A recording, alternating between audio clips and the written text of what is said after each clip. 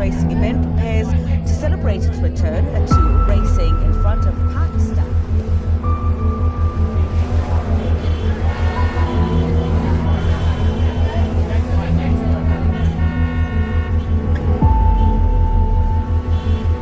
In 400 meters, turn left.